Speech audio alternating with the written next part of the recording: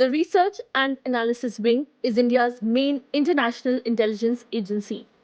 RAW was created in September 1968 under the guidance of Rameshwar Nath Kao with its head office in New Delhi, India. He was RAW's first director. RAW's primary objectives are to collect foreign intelligence, encourage counter-proliferation, counter-terrorism, and developing India's international strategic interests. The weak performance of the intelligence office in the battles against China in 1962 and Pakistan in 1965 was the most important reason for India to create RAW. It started as a branch of the Chief Intelligence Service with 250 staff members and an annual budget of around $20 million. In the early 70s, the RAW annual budget rose to some $300 million, while its staff and workforce were in the thousands. Until 1968, the Intelligence Bureau, which is responsible for India's internal intelligence, also handled external intelligence. But in 1968, the need for a separate external intelligence agency was clear. During the China conflict, our intelligence failed to detect Chinese build-up for the attack, wrote Major General V.K. Singh, a retired army officer who did a stint in RAW, in his 2007 book, India's External Intelligence, Secrets of Research and Analysis Wing.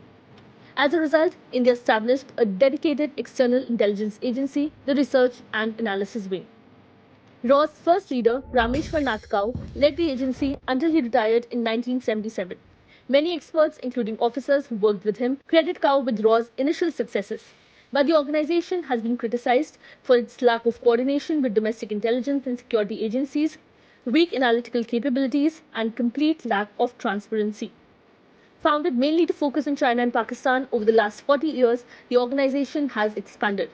RAW is now credited with greatly increasing India's influence abroad.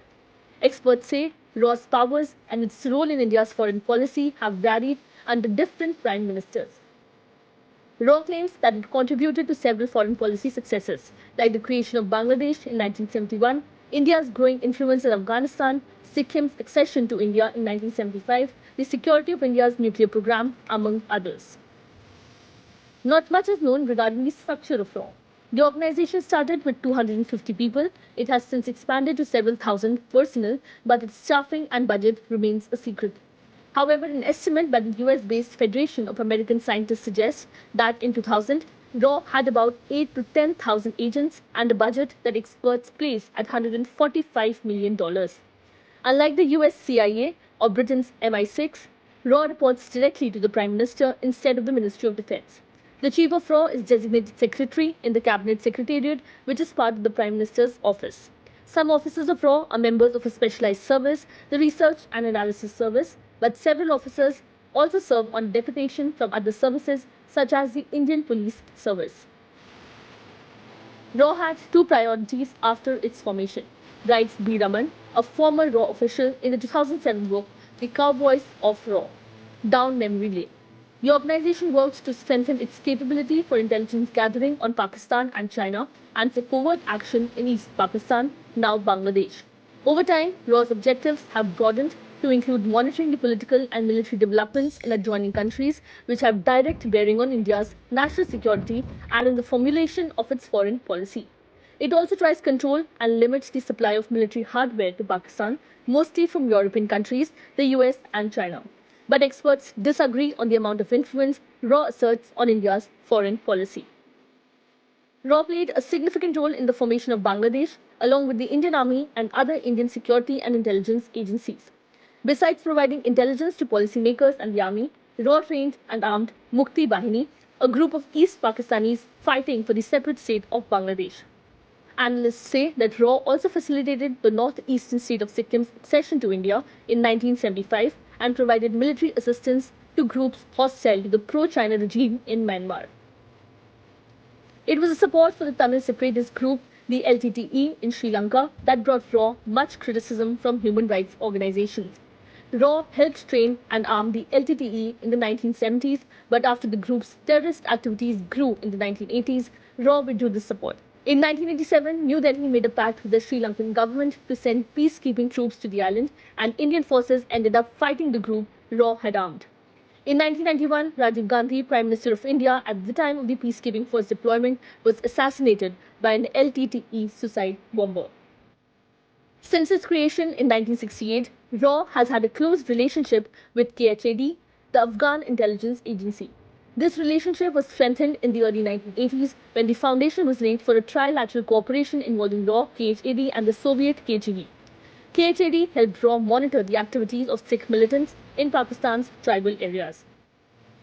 The CIA assisted in the creation of RAW, according to South Asian expert Stephen P. Cohen of the Brookings Institution. However, India's intelligence relations with the CIA started even before the existence of RAW. After India's war with China in 1962, CIA instructors trained Indian operatives to execute deep penetration terror operations in China. The intrusion of Pakistan-backed armed forces into the Indian state of Jammu and Kashmir in 1999 prompted questions about RAW's efficacy. Some analysts saw the conflict as an intelligence failure. However, RAW officials argued they had provided the intelligence, but political leadership had failed to act upon it. The Indian government formed a committee to look into the failure and recommended remedial measures. The report of the Kargil Review Committee was then examined by a group of ministers established in 2000. The group recommended a formal written charter and pointed out lack of coordination and communication within various intelligence agencies.